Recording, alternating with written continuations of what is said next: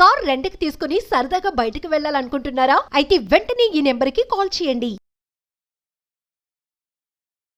నమస్తే, welcome to Suman TV. ప్రస్తుతం మనతో పాటు ఉన్నారు బిజినెస్ అనలిస్ట్ నంది రామేశ్వరరావు గారు. నమస్తే సార్. నమస్తే సార్, చిట్టీలు అంటారు కదా, ఇప్పుడు మామూలుగా వచ్చిన చిట్ ఫండ్స్ కూడా ఉన్నాయి. ఇంకా మామూలుగా ఇళ్లల్లో కూడా చిట్టీలు వేస్తూ ఉంటారు. 10 మంది కలిసి 20 మంది కలిసి ఇలా పాడుకోవాలి అని చెప్పేసి ఈ మధ్యన లేడీస్ కూడా బాగానే చేస్తున్నారు ఇది ఇళ్లల్లో ఉంటూ వాళ్ళకి ఏ అవసరాల నిమిత్తం. అసలు చిట్టీలు అనేవి ఎంతవరకు కరెక్ట్ అంటారు? దానివల్ల నష్టాలు ఎంత, లాభాలు ఎంత అంటే ఒక్కసారి ఈరోజు మనం దాని గురించి మాట్లాడుకుందాం సార్. చిట్టీలు అనేది అదొక ఫైనాన్స్లో ఒక పర్టికులర్ సబ్జెక్టు. జనరల్గా ఏమవుతుందంటే బయట మనకి వడ్డీలకి వెళ్ళాం అనుకోండి, ఫైనాన్స్ నీకు మీకు కూతురు పెళ్ళి ఉంది, కొడుకు సీటు కావాలి, ఒక 5 లక్షలు 10 లక్షలు కావాలంటే బయట నుంచి మినిమం 2%, ఇంకొంతమంది 2.5%. గవర్నమెంట్ 1% అంటే కానీ 1% ఎవరు ఇవ్వరు మార్కెట్లో. 2 to 3 ప్రైవేట్ ఫైనాన్స్ అయితే 3% కూడా అడుగుతారు. సో అప్పుడు ఏమవుతుందంటే మీరు 5 లక్షలు అప్పు తీసుకుంటే 5 లక్షలు ఇంటూ 2.5% అంటే 12,500 నెలకి. సంవత్సరానికి 12,000 అంటే ఆల్మోస్ట్ 1,00,000 పైన, 1,40,000 1,50,000 అయిపోతుంది. సో దాన్ని అప్పట్లో ఏం చేశారంటే, ఇది చాలా ఓల్డ్ కాన్సెప్ట్. కొత్తగా మాట్లాడితే మార్గదర్శి కానీ, తర్వాత చాలా ఉన్నాయి చిట్ ఫండ్స్. కపిల్ చిట్స్ ఉంది, తర్వాత ఈనాడితే మార్గదర్శి అనుకుంటా రామోజీరావు గారు. సో ముత్తూట్ ఫైనాన్స్ ఉంది, చాలా ఉన్నాయి. ఈ చిట్స్ అంటే ఏంటంటే జనరల్గా ఒక డబ్బుని ఎవరికైతే ఎమర్జెన్సీ ఉందో వాళ్ళు తీసుకొని ఆ లాస్ను వాళ్ళు భరిస్తారు. ఫర్ ఎగ్జాంపుల్ మనం 10,000 చిట్టు వేస్తున్నాం, 20 మంది ఉన్నారు, అంతే 20 × 10 2 లక్షలు. ఇప్పుడు మీకు ఒక అప్పట్లో నేను చెప్తున్న 20-30 years బ్యాక్లో 1,000 రూపాయలు ఉంటే ఎక్కువ శాలరీ. అప్పట్లో ఇంత అంతే 10,000 కట్టడం అనేది చాలా కష్టం. బట్ కొంతమంది కడతారు. 5,000 10,000 ఒక నెలకు 5,000 10,000 కేటాయించారు. 20 మంది ఉన్నారు, 20 మంది × 10 2 లక్షలు. ఇప్పుడు మీకు ఈ 20 మంది అంటే 20 నెలలు ప్రతి నెల కడుతుంటారు. జనరల్గా ఏమంటే చిట్టి స్టార్ట్ అయినప్పుడు తక్కువ ఉంటుంది, 4,000 3,000 ఉంటుంది. కొన్ని ఫ్లెక్సిబుల్ ఉంటాయి, కొన్ని ఫిక్స్డ్ ఉంటాయి. సో రెండు మాట్లాడదాం. ఫ్లెక్సిబుల్ ఏంటంటే ఇప్పుడు మీరు 10,000 కట్టాలనుకోండి, మీకు స్టార్టింగ్ 7,500తో స్టార్ట్, 7,000 కానీ 7,500. మరి ఆ 2,500 × 20 మంది అంటే 50,000. అంటే 1,50,000 2 లక్షల చిట్టిని 1,50,000 పాడుకుంటారు. ఓకే, అంటే కానీ ఫస్ట్ ఎత్తుకుంటాడు, అది 20 మందిలో ఫస్ట్ తీసుకుంటాడు. ముందు పాడుకుంటారు కాబట్టి ఆ మిగతా నెలకి డిస్ట్రిబ్యూట్ అయిపోతుంది.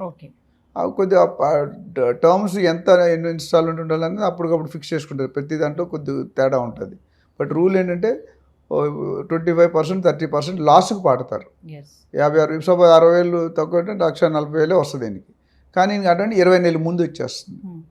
ఆ నెక్స్ట్ వాడికి ఇంకొద్ది తగ్గుతుంది. ఇప్పుడు వీడు ఏం చేస్తాడు, నెక్స్ట్ ఇన్స్టాల్మెంట్ ఫుల్గానే కట్టాలి ఈయన, ఎవరు చిట్టు కట్టేవాడు, పాడుకున్న అతను.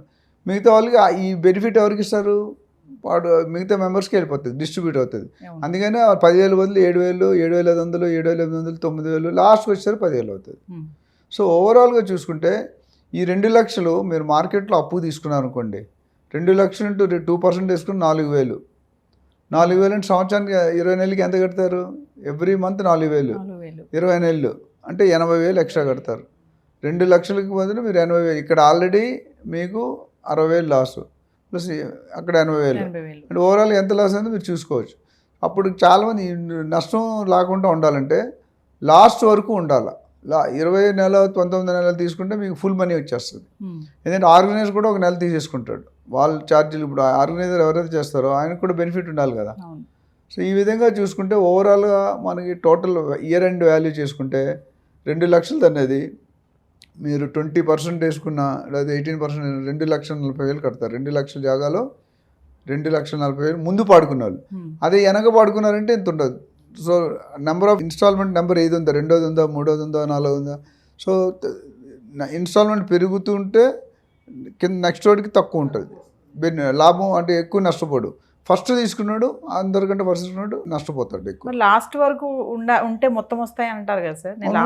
వస్తుంది, అదే చెప్తాను. ఇప్పుడు ఫస్ట్ తీసుకున్నోడికి 60,000, సెకండ్ తీసుకున్నోడికి 55,000, థర్డ్ తీసుకున్నోడికి 50,000, ఫోర్త్ తీసుకున్నోడికి 40,000, అట్లా తగ్గుతూ ఉంటుంది. ఎందుకంటే 20 months బదులు నువ్వు లాస్ట్ 2 months తీసుకుంటే అంత ఉంటుంది కదా. ఏదైతే ఇక్కడ లాస్ట్ అయిందో అందులో 10% 20% కట్టు. ఇప్పుడు ఇక్కడ 60,000 పోయాడు, ఈయనకి 6,000 పోతుంది. సో అది ఫిగర్స్ కావాలంటే మనం కూర్చొని మాట్లాడవచ్చు. మన టైం తక్కువ ఉంది కాబట్టి నేను ఫిగర్స్ ఇవ్వట్లేదు. సో ఇది ఒక పద్ధతి. చిట్టీలు కట్టేటప్పుడు అసలు ఎప్పుడు పాడుకుంటే కరెక్ట్ మంచిది అంటారు సార్? అసలు అంటే స్ట్రైట్ ఆన్సర్ ఏంటంటే లాస్ట్లో ఉంచుకుంటే మంచిది, కానీ దానికి ఒక కాజ్ ఉంది. ఏంటంటే ఆ చిట్టీలు వేసినాడు మంచోడు కాదనుకో, వాడు బోర్డు తిప్పేవచ్చు, వేసేవాడు. చివరి వరకు ఉన్న అతనికి ఒకళ్ళు వేసేవాడు ఈ కరెక్ట్గా బోర్డు లేకపోతే తిప్పేసాడైతే కష్టం. కష్టం. Okay. So he's character, he's background, he's market reputation, he's genuinity, he's fairness, honesty, ఇవి చూసుకోవాలి ఫ్యామిలీ. ప్లస్ డెఫినెట్గా నా సజెషన్ అంటే వాడికి ఓన్ హౌస్ ఉంటేనే మీరు వెళ్ళండి.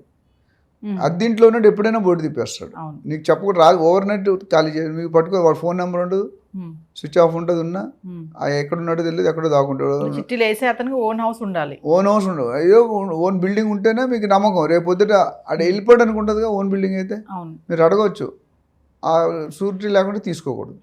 ఎవరో మా ఇప్పుడు ఎంతోమంది లేడీస్ ఎస్పెషల్లీ, మొన్న కూడా స్కామ్ అయింది, భర్త భార్య కలిపి కొన్ని కోట్లు ఖర్చు పెట్టి కలెక్ట్ చేసి వెళ్ళిపోయారు. నెల రోజుల కింద టీవీలో కూడా వచ్చింది. సో అది చూసుకోరు. చిట్టీలు వేసుకుంటే చాలామంది మోసం అంటే క్రెడెన్షియల్స్ ఆఫ్ దట్ పర్సన్. ఇప్పుడు మనకి బ్యాంక్ సిబిల్ స్కోర్ ఎట్లా అంటున్నారో, ఆయన సిబిల్ స్కోర్ ఎట్లా ఉందో చూడాలి మీరు. కొంతమంది ఎత్తేసే వాళ్ళు ఏంటి లాభం ఎక్కువ ఇస్తారు మీకు, నేను తీసుకోని అంటాడు, ఏవో చేస్తాడు. ఎందుకంటే ఇంటెన్షన్ ఈజ్ వెరీ క్లియర్. మనం మోసం చేయాలి అని ఇంటెన్షన్ ఉంటే 100 పద్ధతి, చెత్తకోటి దరిద్రాలకు అనంత కోటి ఉపాయాలు. దరిద్రం పని చేయాలంటే ఏదైనా అవుతుంది, మన అదృష్టం బాగోపోతే అన్నీ పోతాయి. సో కంపెనీలు కూడా, కార్పొరేట్ కంపెనీలు కూడా చేస్తున్నాయి ఇప్పుడు, పెద్ద పెద్ద కంపెనీలు. వాళ్ళు కూడా బోర్డు తిప్పేసే అవకాశాలు బోల్డ్ ఉన్నాయి. వాళ్ళైతే పెద్ద మొత్తాన్ని, వీళ్ళు వేలల్లో ఉంటే వాళ్ళు లక్షల్లో కోట్లలో ఉంటారు. సో బేసికలీ మీరు చూసుకోవాల్సింది ఏంటంటే character of the person, and మార్కెట్లో ఎన్ని రోజులు ఉన్నాడు, రిఫరెన్సెస్ ఏంటి. ఫస్ట్ టైం అయితే అందరూ ఆచితూచి వెళ్ళకూడదు. చాలామంది నేను చూసినట్టు ఓన్లీ ఫ్యామిలీ మెంబర్స్ ఉంటారు, అక్కడ పెద్ద ఉండదు. ఫ్యామిలీ మెంబర్స్ ఒకటో లాస్ అయిపోయాడు అనుకోండి, ఒక్కసారి మనకి బ్యాడ్ ఇంటెన్షన్ వస్తే వాడు ఈ will frame the rules and try to cheat you. But జనరల్గా కజిన్స్, సిస్టర్స్, బ్రదర్స్ అంటే పెద్ద అంత ఎఫెక్ట్ ఉంటుంది. చాలామంది చూసుకుని ఇప్పుడు ఇంట్లో లేడీస్ చేసేవాళ్ళు, నా పల్లెటూరులో ఇప్పుడు అనకాపల్లిలో ఒకరు ఉన్నారు, 10,000 వేస్తారు. గత 25 సంవత్సరాలుగా చేస్తున్నారు, ఎప్పుడు కూడా ఎత్తలేదు. అందరూ వాళ్ళ ఓన్ ఫ్యామిలీ మెంబర్స్, పెద్ద ఫ్యామిలీ, ఒక 100 ఫ్యామిలీ మెంబర్స్ ఉన్నారు, అందులో 25 మంది జాయిన్ అవుతారు. అంటే సార్ ఇప్పుడు చిట్టీలు వేసే వాళ్ళకి ఏంటి బెనిఫిట్ సార్?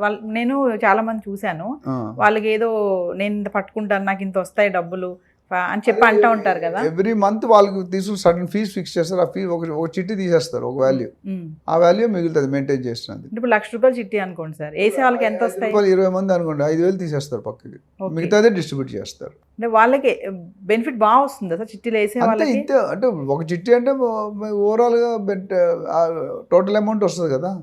అంటే మొదట్లో ఎక్కువ వస్తుంది, తర్వాత తగ్గుతూ ఉంటుంది.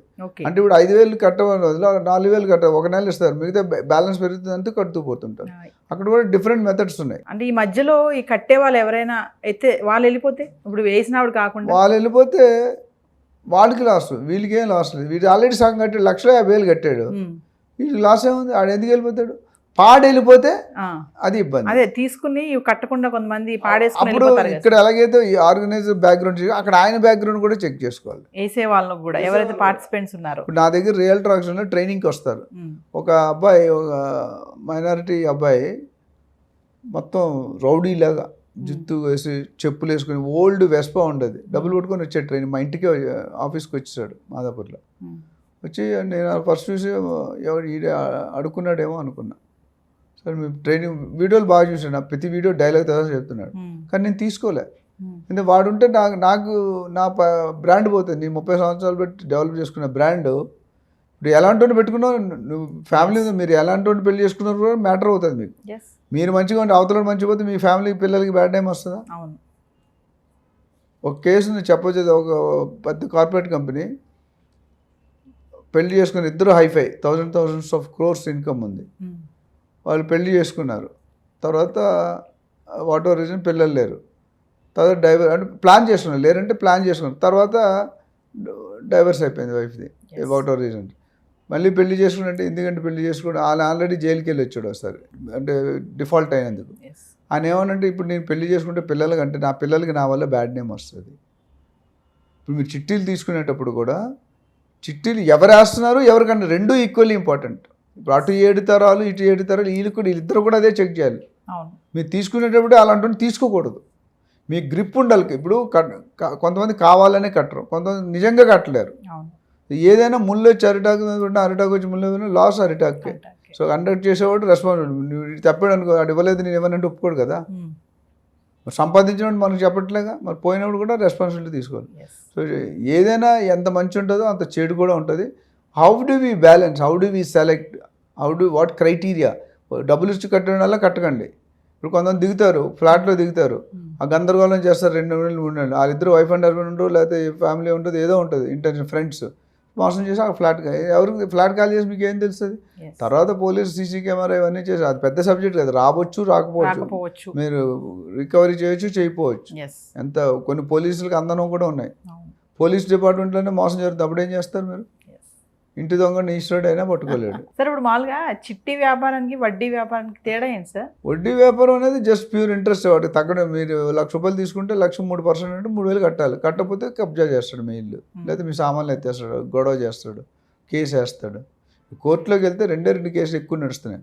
చెక్ బౌన్స్, డైవర్స్, ఈ 2 ఎక్కువ అవుతున్నాయి. మార్కెట్లో చూసుకుంటే కోర్టులో అడగండి, చాలా మంది లాయర్స్తో మాట్లాడుతున్నారు. సగం కోర్టు ఇంట్లో నాకు డైవర్స్.